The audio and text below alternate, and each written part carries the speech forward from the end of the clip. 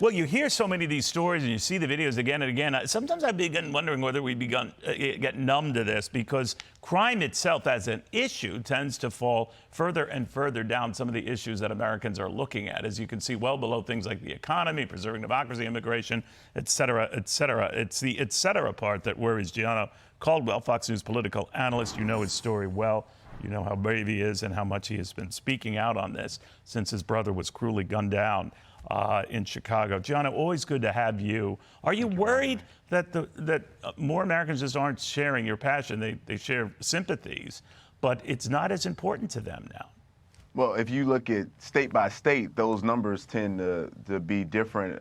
If you look at the Washington, I believe it was the Washington Post, they had a poll specifically for D.C. showing that 96% of people here believe that crime is a very serious issue.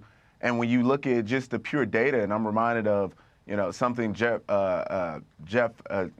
Jenkins, our very own colleague, Griff Jenkins, right, some reporting that he did on Matt Graves, who is the United States attorney for this area. He's assigned to prosecute local crime.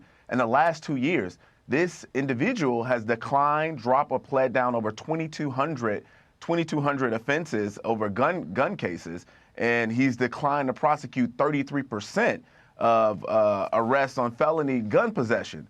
And you wonder why people think that crime is such an issue here, or the carjackings, or many other things. And when you take his record and you look across the country in places like Chicago with Kim Foxx, or George Gascon in LA, or Larry Krasner in Philadelphia, and you begin to see that there's a lot of cases that they're not prosecuting, you wonder why we have individuals, our residents, that are so demoralized and afraid to go out of their homes, or our police departments that are demoralized because they know they can go arrest someone and then they're back out committing crimes the very next day, if not the same day. We are in a crisis in this country. I don't care what the polling is showing from a national perspective. Go on the south side of Chicago and ask those folks, do they feel safe? Go in New York and ask them, do they feel safe? Many people will tell you no. Los Angeles is the same thing, so we got to be honest about this. I hear you, Gianno. Why do they keep getting reelected, or the constituencies there reelect the same type of people who will be, just the same way? Why does that keep happening?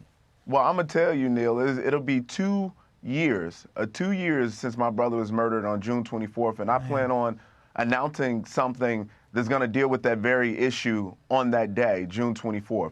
So I understand that people continue to vote for these individuals because in places like Chicago, as an example, the Cook County Democratic Party has a very strong hand in who gets elected.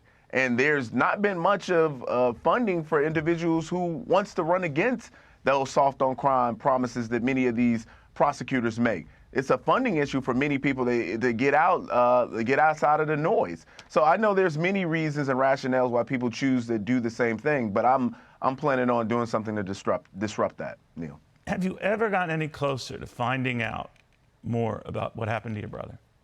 I talked to the special agent in charge of the Chicago field office on a monthly basis. As you know, Neil, personally, it took a lot for me to lobby to get the FBI involved, including going to multiple members of Congress. I remember. And asking them to sign on to a letter that asked the FBI to get involved. And certainly we got them involved. And we're getting closer, but I don't have any details to share today that says, hey, we've arrested somebody and they're going to do this time. But I'm not stopping, Neil. You know this. We've been on this issue for 2 years. I've not stopped. I won't stop. And I'm even more passionate about this issue than I was from the very beginning. We have to get tough on crime. There's no choice. There's absolutely no choice. Otherwise, we're going to continue to lose people. And what I'm seeing, especially since so many of these issues impact the African-American community, is beginning to feel more and more like a genocide. You're wiping out our youth. Infants are being murdered. Our seniors are being murdered. There's no one that's not suffering the consequences of these policies. And there must come change. And I look forward to bringing some change to this conversation, Neil. You already have, Gianno, and somewhere I have a feeling Christian knows it. Thank you so much, my friend. Be well. Be strong. Thank you. You as well. I'm Steve Ducey. I'm Brian Kilmeade. And I'm Ainsley Earhart. And click here to subscribe to the Fox News YouTube page to catch our hottest interviews and most compelling analysis.